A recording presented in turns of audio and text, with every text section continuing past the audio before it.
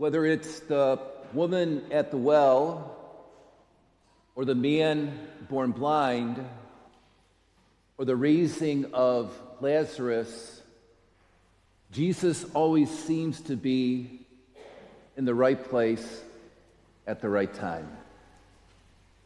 And we also expect that of him. That when we need him, he will be here in our lives in the right place at the right time.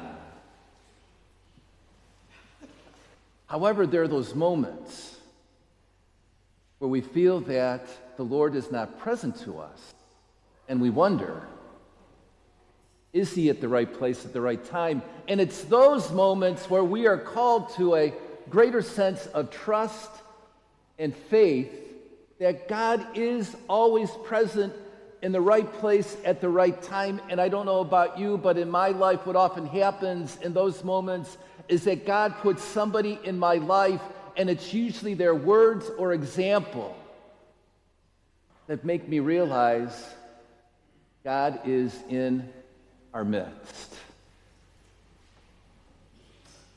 I want to take you back to the year 2009, and we had embarked on a capital campaign called Rooted in Faith. It was the first capital campaign that we had done in decades here in the Diocese of Cleveland, and the first one for me as a priest and as a young pastor. And I didn't know what I was getting myself into. And as I was being trained on how to go through this capital campaign, I realized that this was going to be arduous, hard work, because you're asking people for financial assistance. And as I was meeting with people one-on-one, I realized how difficult it was to ask for financial assistance. And about the seventh visit, there was this lady who was about 71, 72 years old, and she came into the rectory dressed to the nines. We sat down. We started talking. I asked her a little bit about herself. And then we got to the point where I was going to ask her for financial assistance, and she stopped me and she said, "You don't like doing this, do you?" I said, "I would rather be at the dentist without Novocaine." And then she looked at me and she said, "Well, we've got to change that attitude." And I said, "What do you mean by that?" She said, "Father, when you called me and asked for help, I take that as a compliment, that you know that I can help you out. And you're the pastor, and part of your responsibility is to make sure that the parish is financially viable and that you keep us abreast as to what is going on financially in the parish. So in any job that somebody has, there are going to be things that they don't like, but it's a part of your job." And I'm getting really suspicious. And I asked her, I said, "Well, when you were working, where did you work?" She said, "I worked on the New York Stock Exchange." So I was talking to a person who has had a lot of dealings with finances, and she kind of explained to me her relationship with money. And I told her I'd rather not have to deal with money. She goes, "I know, but it's a part of what you're going to do. So you got to get up and you're going to have to talk about this, and you're not going to like it. So what I'm going to do today is I'm going to talk about something that I don't particularly like to talk about. I'm going to talk about a capital campaign." So here goes. The Cleveland Diocese over the last couple of years has been talking about doing another capital campaign, and it started in January for myself. We were asked to be one of the 10 pilot parishes out of the 182 parishes in the Diocese of Cleveland, which is now 178 years old. So you know we have a lot of older buildings in our diocese, especially in the city areas of the diocese, out of the 8 counties that we have. And that this campaign is very ambitious, $200 million. And we're asking people to help us if they can financially over the course of the next 5 years. Out of that $200 million, Bishop Malesic, our bishop, has taken on the responsibility of raising $60 million himself. So I give him a lot of credit to do that, which means that the 182 parishes are going to be responsible for the other $140 million that needs to be raised for this campaign. Of course, the question I get is, where are the finances going? So I want to just highlight some of the areas in terms of the diocese and some of its entities that will feel the benefit of what is brought in through this campaign. Renovation and improvement to the Cathedral Church, St. John's the Evangelist, especially in the sanctuary area, and creating a space for Eucharistic adoration, which now only 2 people can go to at a time. They're going to create a space where about 30 to 40 people can gather. The renovation of the Chancery Building, which is right next to the Cathedral Church, which has been standing vacant for the last 15 years. They are renovating the Chancery Building so that more offices can be centrally located in the downtown area, and especially for Catholic charity offices to be located there. The parking garage next to the cathedral is falling apart. Actually, right now, you can only use the first couple of floors. Investing in the lifelong formation of priests, seminarians, and lay leaders, a clergy health and well-being fund, strengthening Catholic schools, a facilities endowment, teacher development, assistant tuition program for students, endowment for high school and young adults and Catholic leaders, improving and supporting college campus ministries and Newman College programs. If you remember Camp Christopher, which is down in Bath, Ohio, which is now 100 years old, it needs a total rebuild.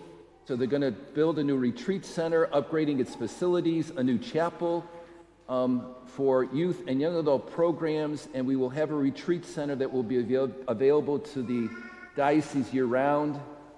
The relocation of the St. Augustine Food Center on the near west side, which has an incredible reputation for feeding many, many people, especially famous for their Thanksgiving dinner. The Bishop Cosgrove Center renovation, which is on East 9th Street in Cleveland, and we have an intimate relationship with the Cosgrove Center. We have a dedicated group of people who every Friday, they cook a meal here for 125 to 150 people, and we send it down to the Cosgrove Center so that people in that area can be fed. A parish emergency fund safety net for urgent repairs and other crises, especially in parishes and entities that are in underserved areas. That's just a couple of the highlights, and I can tell you if you go into my pastor's corner, there's more that can be talked about, and I know that if you haven't already received, but you'll receive a mailing that will spell out where more of the funds will be going. And then every parish is responsible for raising up to a goal, and up to our goal, we will receive 50% back of the finances that come in. Over the goal, we will receive 80% that comes back. Our goal for this campaign is $1.245 million. That sounds like a lot. So up to that goal, we will get 50% back. Above that goal, we will get 80% back. Over the course of the last 2 months, as I've been working on this campaign, we have raised here in the parish $650,000. I'm very grateful for the generosity of people that have stepped forward to already do this. And I know because of the history of the last 2 campaigns and where we are at, I do see a path to reaching our goal and probably surpassing it. Now, for the money that we get back to the parish, it has to be earmarked for a specific purpose. So I have gone out and talked to the parish council, I've talked to finance council, I've talked to our parish family staff, I've talked to our buildings and grounds to get some consultation, and almost especially with our parish family staff, almost unanimously, we've talked about taking a look at that white building across the way, which is our parish office. And if you look at the left side of that building, I live in the very far back area of it, along with Father Stenger. Deacon Mitch right now, who's serving as a transitional deacon, will be ordained in May, is living above the administration part of the building. And our hope is that more seminarians will be coming our way because the diocese likes to send seminarians here, specifically transitional deacons. Our hope is that we could, with the funds that come back, build a new priest rectory, which would be located to see the right part of the white building there going out towards 306. There would be building a new priest rectory. Why a priest rectory? Well, couple things. When a pastor leaves a parish, I've been here 21 years. My hope is that I will be here another 11 years till I retire at the age of 75. I hope my health stays the way it is now, that I can stay here for many years. But what happens when a pastor leaves is that other pastors apply for the parish, and they come out and they shop. When Father Stenger retired from his parish on the west side, he was coming out and looking at all the parishes here that had an empty space for another priest to live. He came here and we had a conversation. He walked through the rectory, and the first thing he noticed was there's 30 steps from our bedroom area to the laundry room, and priests do their own laundry now. So walking up and down those steps, and he has some mobility issues, has been difficult for him.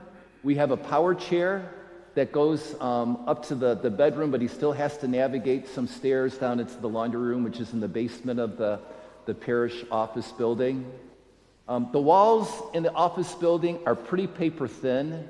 I have a person who's right adjacent to my office, and I have to tell her when somebody comes in to turn your computer on so you don't hear what we're talking about, to have some privacy. The only thing that separates myself, the priest rectory, from the business offices is a door. So our hope is that we would build a new parish rectory. It would be one floor. There would be 3 suites, one for a pastor, one for a senior priest, and one for a seminarian, with a common room, a mud room with laundry facilities, a kitchen, and it would just make the parish more appealing, not only for myself, but for whoever comes in after my tenure here is done. So what we would do with the existing building is that we would gut it, especially the part where I live, and create more office space. We have 4 people over here on our parish pastoral staff that have offices here, and they had to share offices. Becky, our music director, doesn't even have an office. So we would make sure that everyone has an office over there where we could work together and be more efficient in how we see each other each day and how we work together.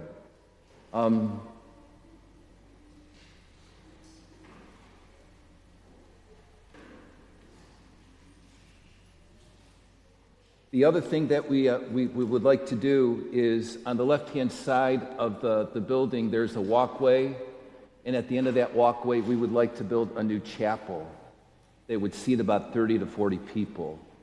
That way we would have access that people could go there throughout the day, feel a lot more secure in terms of security and safety, and also have adoration there where we're closer and can kind of monitor the Eucharist when we have adoration.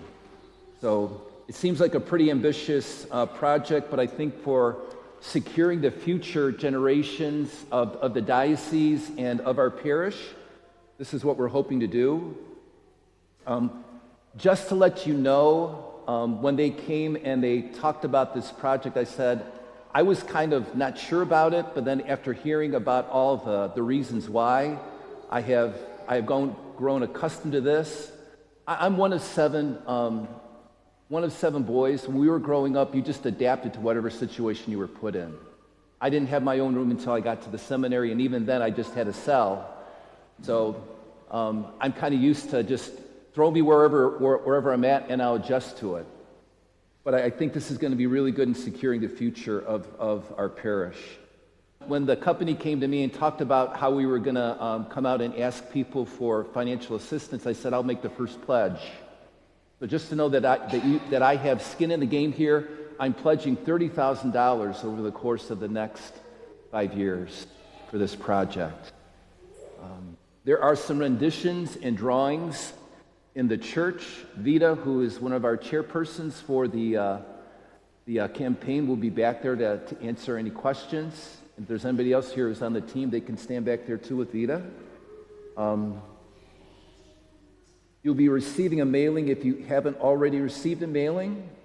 And just a couple of dates. April 12th, which is the Sunday after Easter, we will have an open house so that you can walk through the existing parish office. And my guarantee is if people have walked back through the parish, you will get lost. Just because of the way the offices are kind of situated and how they have been built. And the other thing is that the first week in June we'll have an MPU process here for anyone who would like to be a part of this campaign.